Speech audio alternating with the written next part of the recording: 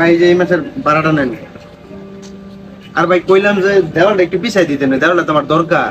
আর দেওয়ালটা আর পিছানি দরকার পড়তো না। মানে মানে কিছু না, মানে তোমার আমি তো এক মাসে বেতন ভাড়া দিলাই, তোমার এক মাসে সময় দিলাম, 7 মাসে দোকানটা ছেড়ে দিও।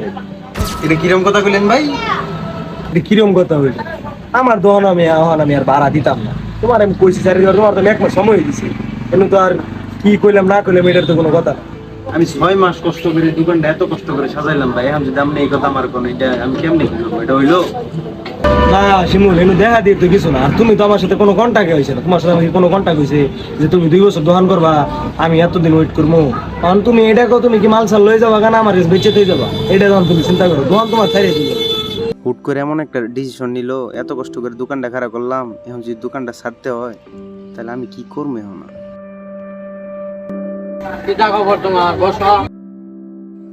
আব্বা অবস্থা তো একটু খারাপই, দোকানটা নিলাম না।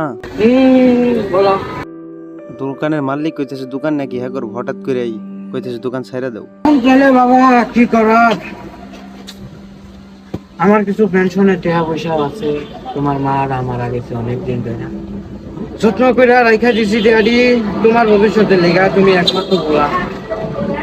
আমার পেনশনের ড্যাডি তুমি নেও, তোমার মালামাল দিয়ে দেখো, বেচা দেখো জায়গা জমিন কোনো পাওয়া যায়।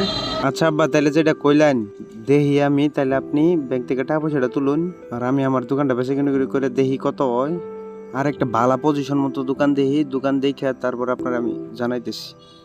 ঠিক আছে, তুমি আমাকে জানাও তাহলে কি করুন। যা আচ্ছা ঠিক আছে, যাও যাও। কিছু ইলেকট্রিকের জিনিস নিতাম তো ভাই, শিমুল ভাই কই? শিমুল দোকান করে না ভাই, তামনি কি লাগবে আমার কোন, আমি দিতেছি। এখন তো নেবো না ভাই, পরে নেবো। আচ্ছা ভাই আপনি আইসেন, আপনি যখন যা লাগবো আইসেন, আমি দিব, সমস্যা নেই। আচ্ছা ঠিক আছে। ভাবছিলাম শিমুল ভাই আছে, অন্তি শিমুল ভাই নাই, উল্টা পাল্টা যদি জিনিস দেয় থাক, লাগবো না। হায় হায়, শিমুল তো দোকান নিয়ে তো বইলাম, ও তো কাস্টমারই আয় না। আমার তো বিদেশ যাওয়াই বালা আছে।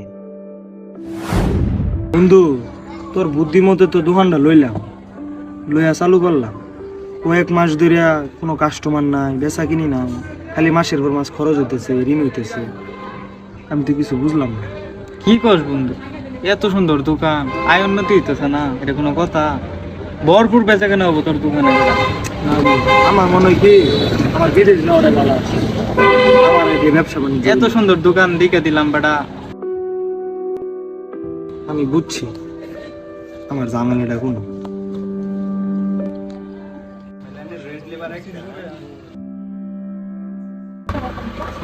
আসসালামু আলাইকুম।